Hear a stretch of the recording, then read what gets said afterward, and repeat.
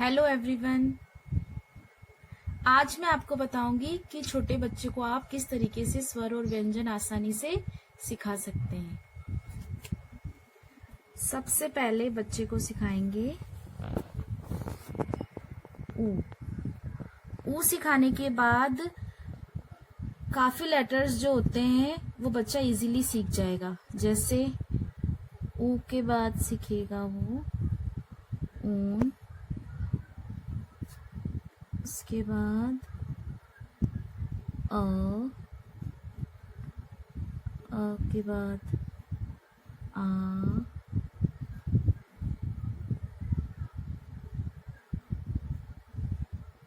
आ के बाद अंग, अंग के बाद अह, अह के बाद औ, ओ के बाद औ। बच्चा जैसे उसने ऊ सीखा तो ऊ के बाद उसने ऊन सीखा, उसके बाद अ। इजीली वो ये सारे लेटर एक लेटर बनाने के बाद इजीली सारे लेटर्स वो बनाना सीख जाएगा। लेकिन आपको उससे बार बार पूछना पड़ेगा, वरना वो लिखना तो सीख जाएगा लेकिन फिर उसे याद नहीं रहेगा कि ये लेटर कौन सा है। तो आपको बार बार उससे पूछना पड़ेगा।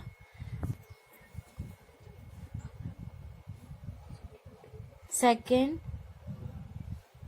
ट सिखाने के बाद उसे सिखाएंगे ठ, ठ के बाद ढ, ढ के बाद द और द के बाद ह। अब हम बनाना सिखाएंगे ड, ड के बाद अण,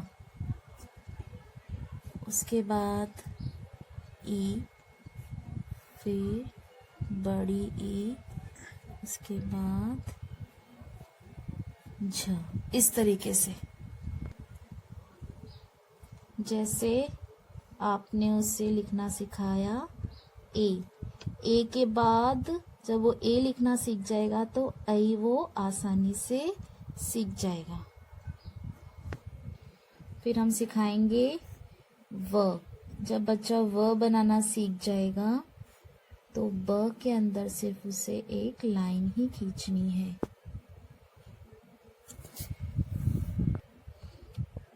फिर हम उसे सिखाएंगे प।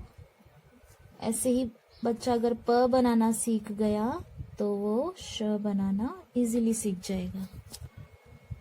इसके बाद म। जब बच्चा म लिखना सीख जाएगा तो वह भ लिखना भी आसानी से सीख जाएगा। उसके बाद घ। घ लिखने के बाद हम बच्चे को सिखाएंगे ध। ध लिखने के बाद छ। इसके बाद लिखेंगे र।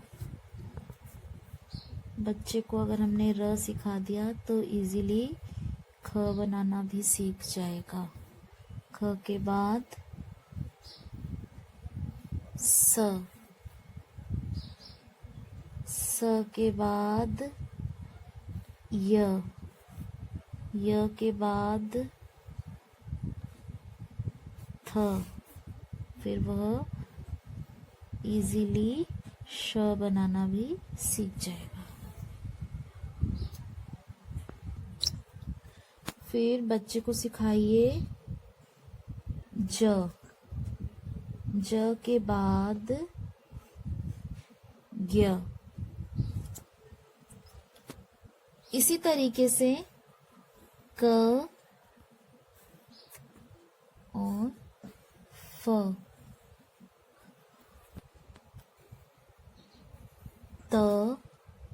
त के बाद न, ग,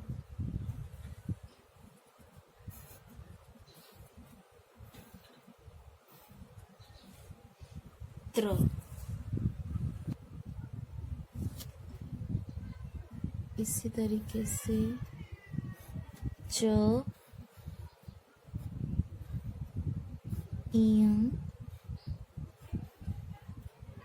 ल। इसके बाद अण,